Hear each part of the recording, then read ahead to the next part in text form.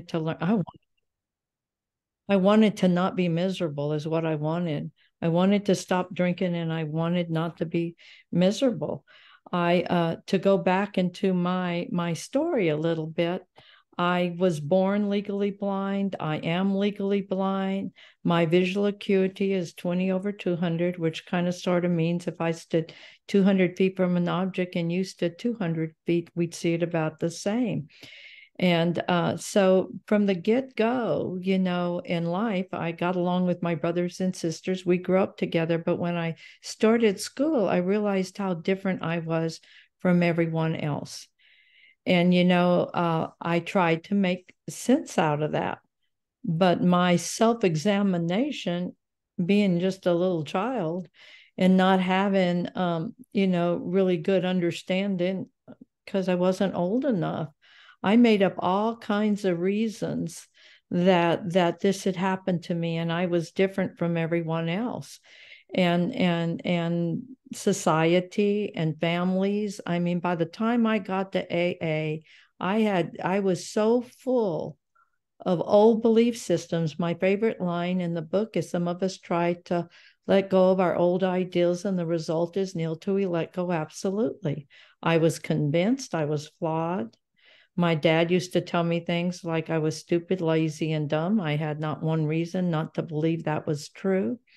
And I was caked with belief systems that blocked me from any understanding of God, any understanding of my life having any purpose or any meaning.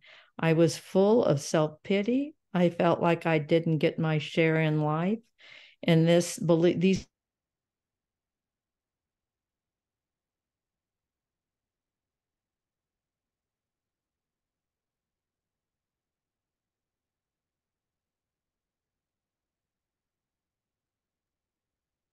I think she froze too.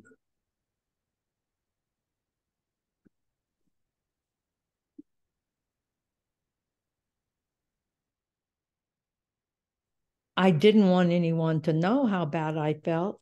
So on the outside, I looked happy, but in the inside, there was a lot of pain, a lot of hurt, and a lot of disconnection from any power other than my negative thinking and my belief systems that weighed me down. The only solution I found for that, I needed a higher power, and my higher power was alcohol because alcohol was strong enough to distract me from all those belief systems, to give me a break from them so that I could find peace. So by the time I got to Alcoholics Anonymous, I had gotten married at and had two children, and I thought the husband would make me happy. I thought my husband might be my higher power. He was 19 and I was 20, and that didn't work. I was still miserable.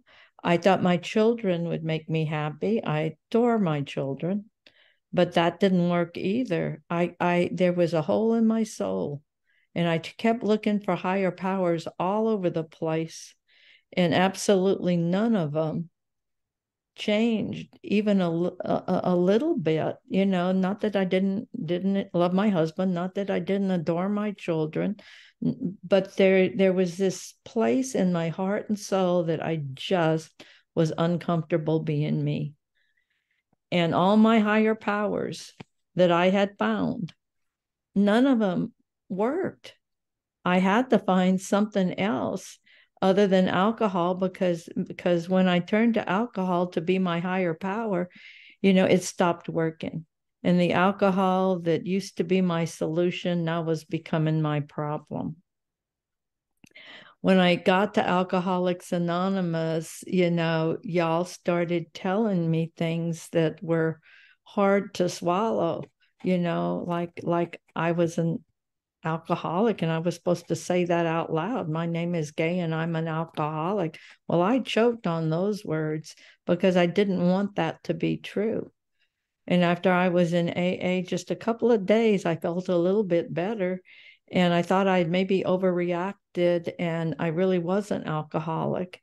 And and I had, hoped that, okay, now I can find something else. And someone said to me at that meeting, wouldn't you rather be in here by mistake than out there where that stuff happens? And that remark was a miracle because it kept me in there long enough to where I could admit to my innermost self that I was alcoholic. Now, I wouldn't have called that a miracle at that time. It's only looking back that I could recognize the strategic people that showed up in my life at the exact time with the message that I needed to hear that would keep me moving along the path of finding a higher power.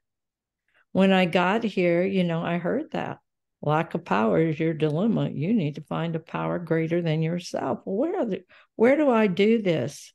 I had a belief in a God that thought it was okay to make me handicapped, and I was mad at God.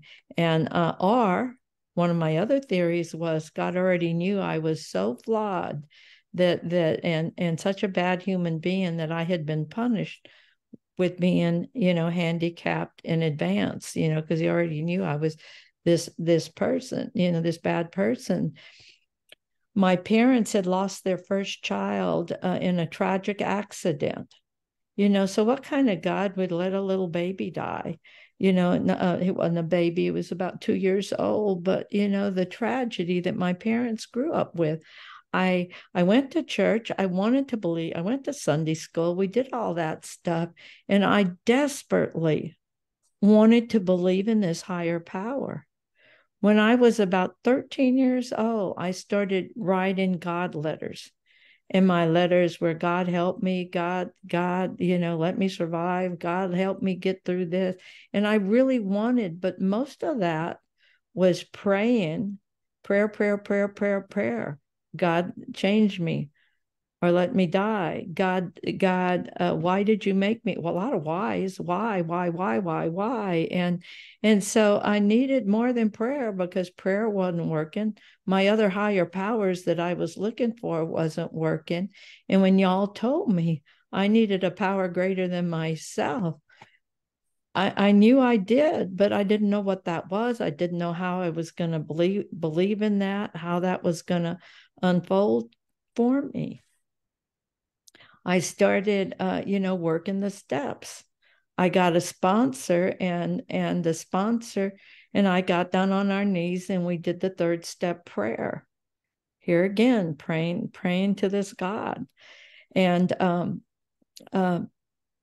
my sponsor at that time said, after we finished this third step prayer, she said, "Your future is none of your business," and it started, making room for this higher power. I there is so many different understanding of God, higher power, spirit of the universe. There's religions that are built on this topic, many different religions, all over the world. And I'm sitting here talking about my experience with a higher power because that's all I have to offer. But I understand each one of you have your own. But what's so exciting about Alcoholics Anonymous is we can share that our concept of a higher power. We got to choose our own concept of a higher power, have our own spiritual experience, learn from each other's, be reinforced in our own beliefs, hearing about each other without it becoming a competition or somebody's right or somebody's wrong. We just got to open up. So you gave me this safe place to start looking at my higher power. At that time I called it God, and I call my higher power God, and love energy and divine spirit and all kinds of things. One thing I've learned in the program that I'll mention now is I was told that if I go through the 12 steps and I don't know more about love, I've missed the point of the program. That love is my higher power today. Call it whatever you want. There's an energy and a power. But anyway, I'm getting way ahead of this process that led me this direction. As I started working these steps, little by little by little, and I heard this at the meeting, I started getting rid of all the things that were blocking me from getting to experience God. One of the things that I learned was, feeling my pain and feeling sorry for myself were two different things. Y'all allowed me to feel my pain, but you wouldn't allow me to feel sorry for myself. That was huge for me. Sometimes life is sad and I cry. People die and I cry. I'm in physical pain, I cry. Today I understand that I get to live life on life's terms. And it doesn't mean I'm not spiritual because I go through sadness and cry. There was a time I thought, well, if I'm so spiritual, then I can float through life's experience. That is not my understanding today. Today, I believe in a higher power that no matter what happens, I can be guided through the experiences with a faith and a trust that I can get through it. When I got here, I thought there was a Santa Claus God, and that if I just did the right things, then I was going to get everything I wanted. And I got something more valuable than that. I got this belief in a higher power that no matter what happens, I can still be okay. So I didn't have to do anything.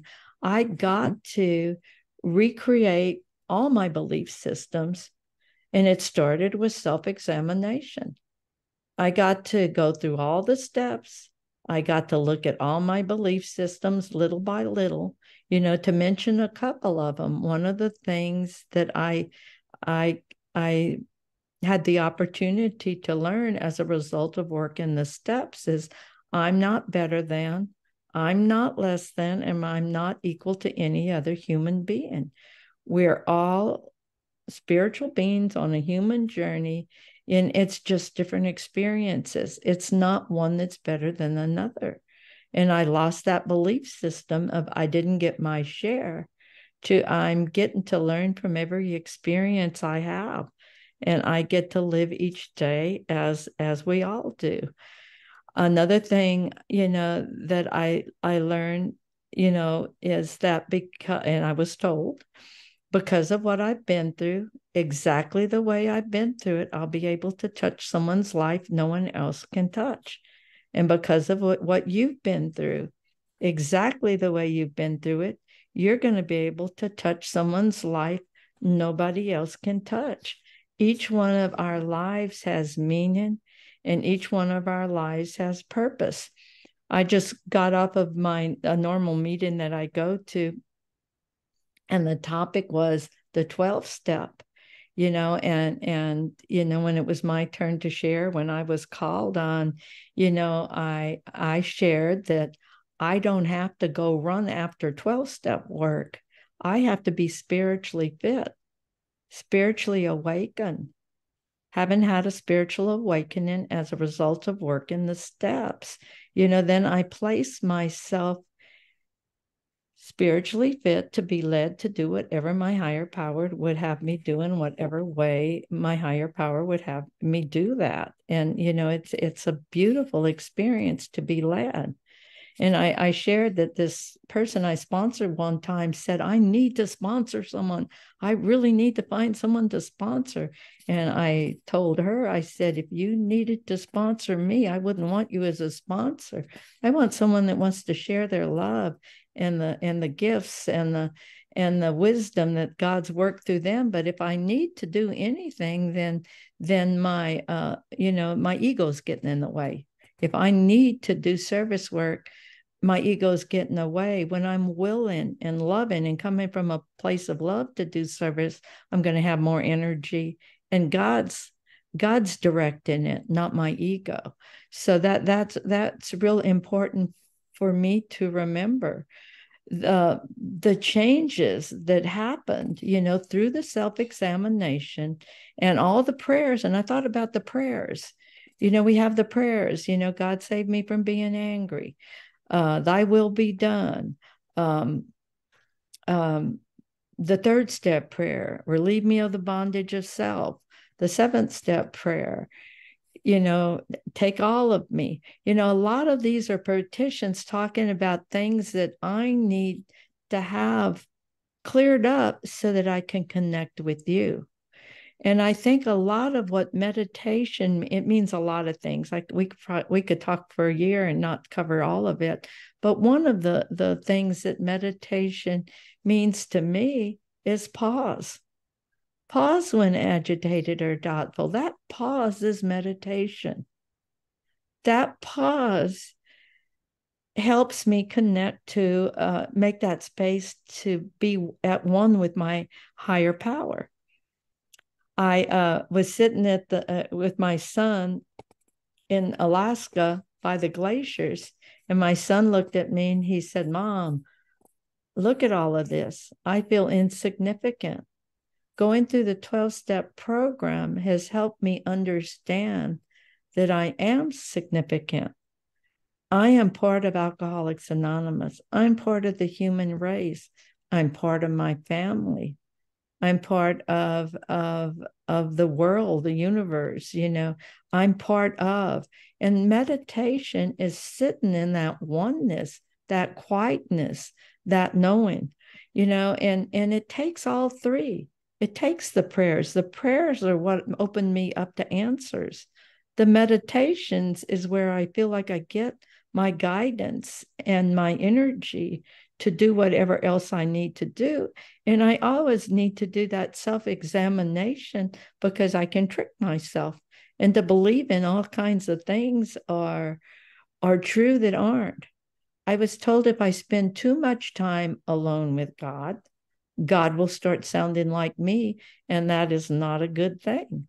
So I can't just sit and pray and meditate. And there's a story about this guy going to a monk, and he said, "If I pray 1 hour a day, will I be enlightened?" Oh, if you do that, it's gonna take, if he did it 10 hours a day, it was going to take 10 years. And if he did it 5 hours a day, it would only take 5 years. And the point of the story is, that we open up and give. It's not this make happen. It's allowing it to happen through this awareness, going through the 12 steps.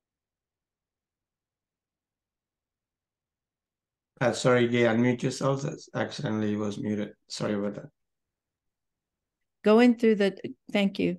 Going through the 12 steps, having had a spiritual awakening as a result of working the steps. Well, when I was spiritually asleep, I didn't know this power existed. I didn't know, that I could lean and rely on miracles. When I went through the steps and got all of me out of the way, all of that bondage of self out of the way, I was opening myself up to being spiritually awake and know there's more going on. Some days I can wake up, even today with 37 years of sobriety. In 6 days, I'll have 38 years if I stay sober 6 more days. Y'all taught me not to borrow sobriety that I haven't received yet. But even with this length of time, I still need to do self-examination. I still need to pray and I still need to meditate. I still love the way these three fit together. And another insight that I had, or an understanding, that recovery, unity, and service. The recovery is my 12 steps. The service, can be how I'm going to interact with you in prayer. Like this, the prayer, the St. Francis prayer, make me an instrument. What do I need to do different so I can show up for you? That service work. And the unity, I think, is the oneness of all of us. And I know there's, like I said, there's so many different ways of approaching this. But today I stay open-minded. I can wake up one morning and feel depressed with 37 years of sobriety. But I know today it's not the whole story. I can be sad because there's, someone died or I'm not feeling good, but I know it's not the whole story. Having worked these steps and connected with a higher power, I always know there's more going on. And that more going on is this higher power. I love telling the little story about this study they did to see if cars were going the direction they were supposed to, and how much of the time they veered off. And I love that story because before I got here, I didn't know which direction I was even going. Today, I know it's living by spiritual principles. Today, I know it's to practice love in all areas of my life, to be of service to those around me. Before I didn't know what direction I was heading. So today, when I get off and get into my ego or pride or fear or confusion or whatever, I get to go back and see what's blocking me from that. And then I can pray to have it removed and be willing. I thought about that meditation too. In all the steps where it says we became willing to have God remove this defective character. We came, these are the people we had harmed and became ready to, that to me, all that pause and stuff is meditation again. That just waiting and becoming ready to take the next action. I have had and continue to have miracles happen in my life that I would have totally missed. I don't know most of you. I don't know if you know me, but I have the gift or the opportunity of having my story in the fourth edition of our big book. The story is Winner Takes All, and it's on page 375. And you can't make that happen. There wasn't anything I could do to make that happen. And I was sitting on a panel with other authors that have their story in the big book to answer questions to people that might want to put their story, do the story for the fifth edition. Deadline's already passed, too late, y'all. But at that time, it hadn't. So we were sharing our experience, strength, and hope with that process. One of the persons in that meeting said, I think it would be the ultimate 12-step call to have your story in the big book. And I don't believe that. I believe it doesn't get any better than one alcoholic talking to another. That is the ultimate 12-step call. That's when I take your hand, walk into the gutter with you, or you with me, and we give each other that strength that comes from our higher power, and we walk out. It doesn't get any better than that. That experience of that person sitting down with me and telling me, you don't have to drink anymore, Gay. You're not less than. Your life has meaning and purpose too.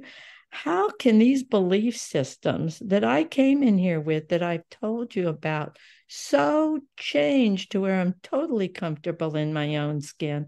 I trust my higher power. I end up in places I don't even know how I get there. There was a lady in California, and she was sitting in her house. She's got much more sobriety than I do.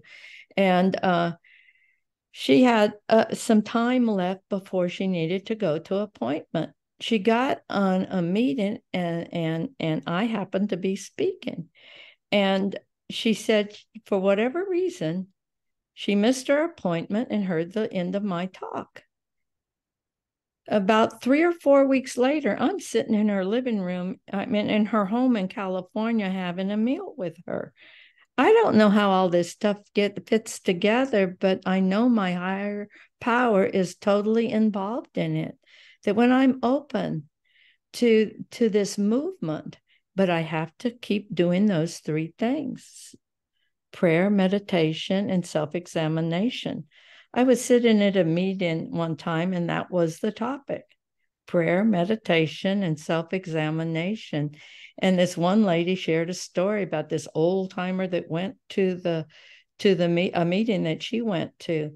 And anytime someone would come in and they were sad or upset or going through a tough time in their life, that he would say, PMS, PMS, PMS. Prayer, meditation, and self-examination will get me out of any discomfort that I'm in. I need all three. I need all three. It's like that stool that needs all three to be okay. I got to continue getting myself out of the way. I've got to continue reaching out to God, and I've got to continue sitting still that I may pause, that I may connect and be filled with the energy and the wisdom to be guided. We talk about that intuition. I intuitively know how to handle things that used to baffle me. That intuition to me is meditation. At some point, I've sat still long enough to be guided by this higher power. I believe that intuition is my higher power guiding me and speaking to me. I absolutely enjoy my life today. It's not always easy. It's not, there's life to go through. I am 71 years old. I'll be 72 next month. You can't live this long and without life happening. There are challenges with the aging process that I don't care how much you would have talked to me when I was younger. I wouldn't have understood. I wouldn't have understood the changes in the body, the knowing that death is closer, but it makes me just want to live more. One of the things I read that there's in the aging process, there's two different types of people. One that grumble and grumble and grumble and nothing's right. And the other ones that want to breathe and enjoy every second of life they give. I'm in that category. Every day I get to wake up and breathe and I'm sober as another day. So what? I've got some aches and pains and my body doesn't really work the way it used to. There's lots of stuff that goes on with the aging process, but the gratitude, the willingness to be open and honest and authentic, that even deepens and grows. This spiritual growth continues, for a lifetime.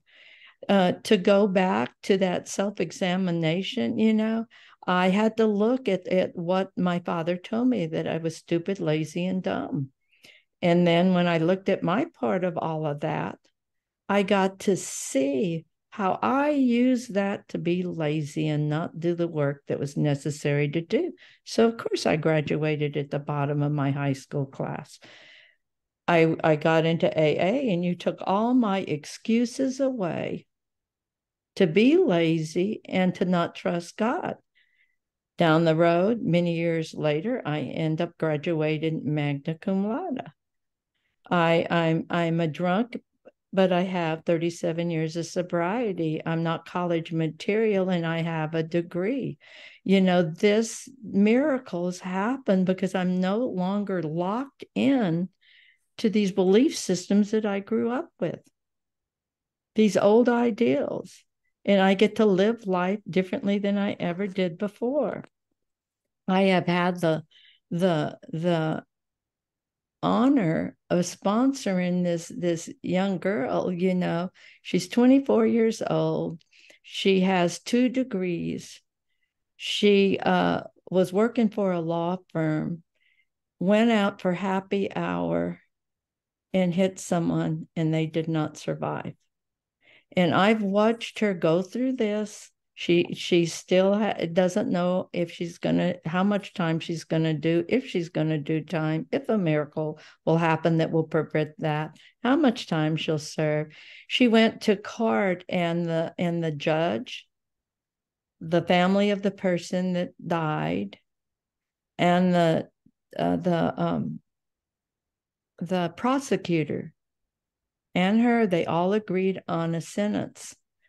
The district attorney pulled it. He wanted her to have a harsher sentence. So right now she's still on hold, not knowing what's going to happen. But to watch her grow, it has been just amazing. I got to walk into the tears with her and help. I said, I can never promise you you're not going to go to jail, but I can promise you if you go to jail, you're going to still be okay. My God, what a miracle to have the faith and trust in this higher power, the spiritual experience that can carry me through anything that I need to face in this life. We are given a beautiful gift, and every one of us has meaning and purpose, a full and loving life to live. And all I have to do is continue to pray, meditate, and continue those self-examinations, because I cannot make it on yesterday's sobriety. When my story came out in the big book, I started getting asked to share my experience, strength, and hope many different places. So one time only, I invited my father, my mother, my sister, my brother to come hear my talk. And at the end of my talk, my dad came up to the podium after everyone else had gone away. He looked at me straight, and the tears were coming down his eyes. And he said, Gay, was it my fault? And I said, no, Daddy, it wasn't your fault. I'm an alcoholic. There was nothing but love for that man, but before he passed away, I loved going to the nursing home and spending time with them. They thought I was president of AA, and I could never convince them otherwise, but whatever. And all they knew of AA was this little bitty town that I grew up in. But they were so proud of me because they saw the changes in me. They saw the way I could just show up with love. Not always. Some days I'm a saint in the morning and I'm a bitch by noon.